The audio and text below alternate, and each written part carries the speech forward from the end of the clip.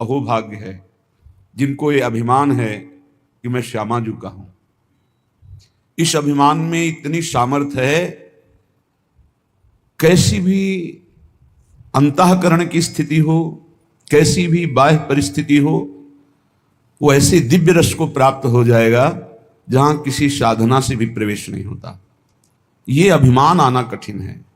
हमारे माई श्यामा जू को अभिमान, जैसे किसी को धन का अभिमान होता है, विद्या का अभिमान, कुल का, बुद्धिमत्ता का, कई तरह का, लेकिन धन्य भाग है जिनको ये अभिमान आ जाए, हम श्री श्यामा जू के बल अभिमानी। श्यामा जू का अभिमान आ जाना ये परम पावन अभिमान है, ये त्याज्य नहीं है।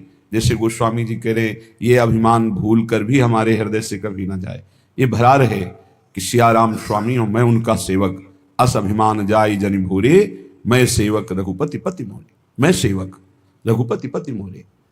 हमारे माई श्यामा जू को अभिमान, ये अभिमान समस्त दोषों का नाश कर देता है। ये अभिमान उत्तम गति प्रदान करता है। इस अभिमान का फल क्या है?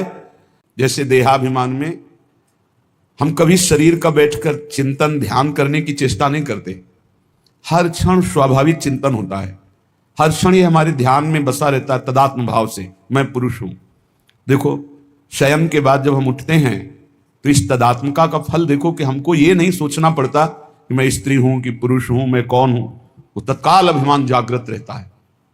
ऐसे ही जब भागवती का अभिमान होता है, जागृत स्वप्न सुषुप्त स्फुरत में राधा पदाब्ज छटा, भजन करना थोड़ी पड़ता है। ऐसे अभिमान वाले के हृदय में हर समय तदात्म भाव से भजन होता रहता है, पर ये बहुत कृपा पात्र के हृदय में आता है। ऐसा नहीं कह सकते कि बहुत साधना के बाद आता है, नहीं। असाधन युक्त, साधनहीन यदि वो कहीं भगवत कृपा से दुर्लभ बात महापुरुषों का संग पा जाए और उसके हृदय में बैठ जाए, मैं तो अब एक बात पकड़ लिया, कुछ बने न बने, मैं श्यामा जू का, श्यामा जू हमारी, बस मैं श्यामा जू का, श्यामा जू हमारी, ये अंदर बढ़ता चला जाए और ठसक बन जाए, ये ठसक बन जाए हमारे माई श्यामा जू को अभिमान। बहुत सुंदर। इसका तभी माना जाएगा कि आपके अंदर ये अभिमान आ गया है जब ये लाडली जू, लाल जू की जीवन सर्वस्व प्राण है और हम आश्रित जनों के प्रति अत्यंत वात्सल्य सिंधु उमड़ता रहता है, दासी वत्सला कर ही राधा। इसलिए इस कलिकाल में और कोई विशिष्ट साधन बन जाए बड़ा भाग्यशाली, पर हम प्रणाम करते हैं उसको। हमें हमारा साधन भी श्यामा जू हैं और हमारी साध्य भी श्यामा जू हैं। अगर साधन और साध्य श्यामा जू हैं तो असाधनों की सामर्थ्य नहीं कि प्रवेश कर सकें, और जहां असाधनों का प्रवेश नहीं तो जीते जी वो जीवन मुक्त परम पद आनंद में है, उसे कोई परम पद और नहीं चाहिए। जो हर समय प्रिया प्रीतम को निरखता रहता है, हर समय उनके सुमिरन में रहता है, उनकी ठसक में रहता है, इससे बड़ा परम पद और क्या हो सकता है। इसलिए बहुत बढ़िया अवसर मिला है। श्री श्यामा श्याम के हेतु की कृपा से जो मानव देह की सार्थकता का स्वरूप है वो हमें मिल चुका है। श्रीधाम वृंदावन का आश्रय, रसिकों का संग, परोपकार की भावना, निरंतर नाम जप, ये सबसे ऊंची स्थिति में पहुंचा देगा। परोपकार की भावना और निरंतर नाम जप का अभ्यास, श्रीधाम वृंदावन का आश्रयवास, जो सौभाग्य मिले, इसी से बहुत अध्यात्म की ऊंचाई पर आप चढ़ जाएंगे। अन्य स्पर्श मत करो, अन्य साधन स्पर्श मत करो, इसी से आप आगे बढ़ जाओगे। सब साधनों का फलीभूत साधन है।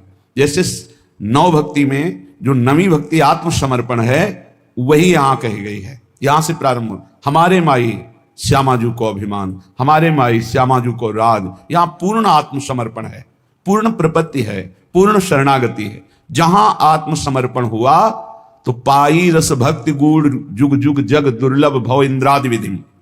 ये बड़े बड़े ईश्वर कोटि के लोगों को भी जो प्रेम लक्षणा भक्ति दुर्लभ है वृंदावन नित्य विहार रस की, वो राधा किशोरी के चरणों में आत्मसमर्पण करने से पाई रस भक्ति गूढ़ जुग जुग जग दुर्लभ भव इंद्रादि विधिम आगम अरु निगम पुराण अगोचर सहज माधुरी रूप निधिम।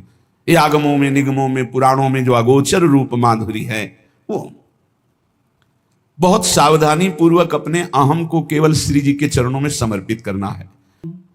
मैं कैसे महामहिम वृंदावन की महिमा का वर्णन करूं, पार नहीं पा रहा हूं, अगोचर महिमा है। ये पुरुषोत्तम प्रभु श्री कृष्ण को और लाडली जी को अपने अधीन किए हुए है, इसकी कितनी महिमा वर्णन करूं। जो अखिल कोटि ब्रह्मांड नायक परम पुरुष प्रभु श्री कृष्ण और उनके हृदय का मूर्तिमान प्रेम प्रियाजू इनको अधीन किए हुए हैं, फिर कैसे वर्णन करूं। वृंदावन की महिमा वर्णन करने में बड़े बड़े महापुरुष कंपायमान हो जाते हैं, प्रेम शिथिल हो जाते हैं, क्योंकि एक शोभा हो तो देखकर वर्णन करे, प्रतिपल नवम नवम शोभा। सबको आनंद प्रदान करने वाले प्रभु श्री कृष्ण आनंद समुद्र, और आनंद समुद्र को आह्लाद देने वाली श्री लाडली जू, और लाडली लाल को आनंद देने वाला वृंदावन, कैसे महिमा वर्णन करे। जब लालजू की महिमा को वेद नेति नेति कहते हैं, फिर राधा तत्व तक तो पहुंची नहीं वेद पुराण निगम आगमों की, फिर ऐसे श्री किशोरी किशोरजू को अपनी शोभा अपने आनंद से लुभायमान किए हुए है, ऐसे महामहिम वृंदावन का कैसे वर्णन करूं। पर इस वृंदावन में यदि धन के प्रति आकर्षण बुद्धि, पुत्र पत्नी आदि के प्रति जो ममता बुद्धि, वही प्रेम में नहीं डूबने दे रही, मुझे तापित कर रही। धन पुत्र कलत्रा आदि ममता ममतापदा, यही मुझे ताप प्रदान कर रही, नहीं तो वास मात्र से प्रेमोन्माद हो जाए। अतएव हे प्रभु, मेरे को ऐसी सामर्थ्य दो कि मैं परिवार के बीच में रहता हुआ भी परिवार से ममता ना करूं। पर ये बहुत जोर की बात, ये ममता ही प्रियालाल के चरणों में प्रेम नहीं होने देती, और जन्म जन्मांतरों से इसी धोखे में फंसकर कि ये हमारे हैं, ये हमारे हैं, ये हमारे हैं, पूरा समय नष्ट हुआ, मरे, फिर इस जीव अकेले यहां से गया, फिर किसी नए परिवार, नया रिश्ता। हे प्रभु, मुझे ऐसा बल दो कि मैं सबकी ममता का त्याग कर सकूं। ये श्री वृंदावन में विराजमान रास रासेश्वर, रास रासेश्वरी युगल सरकार से हमारा जो प्रेम नहीं हो रहा, उसका कारण है देह ममता, पुत्र ममता, पत्नी ममता, सुहृद परिवार ममता। अब जितना आपको समय नष्ट करना है इसमें कर लो, अगर सार्थक करना है तो जल्दी से जल्दी इस ममता को प्रियालाल के चरणों में समर्पित कर दो। ममता समर्पित कर दो, सब वैसे ही चलाओ जैसे चला रहे हो। ममता अगर श्री जी के चरणों में नहीं हुई, इनमें हुई, तो अंतिम बात जो हमें उन्मादकारी प्रेम चाहिए था वो नहीं मिलेगा। क्योंकि प्रियालाल के चरणों से जो हमारा संबंध है वो तो है, वो पर प्रकाशित होता है ममता होने से। एक अहमता ममता ये जग में है दुखदाई, ये जब श्री जी की ओर लगे तो होत परम सुखदाई। समेट लो, प्रवीण हो बहुत जल्दी समेट लो, मंद हो धीरे धीरे समेट लो, निकृष्ट हो समेट ही नहीं पाओगे, काल तुम्हें समेट लेगा। हमारी बात को समझ जाओ, कोई आ नहीं तुम्हारा, तुम नहीं हो किसी के, बस तुम एक अपने कर्तव्य को करने के लिए आए हो। तुम्हारा एक कर्तव्य है जो किसी जन्म में नहीं हुआ, भगवत प्राप्ति, भगवत प्रेम प्राप्ति। और सब कर्तव्य लाखों बार निर्वाह कर चुके हो, उन कर्तव्यों की ताकत नहीं कि आवागमन से रोक सके। आवागमन के चक्र को रोकने की ताकत एकमात्र भजन में है।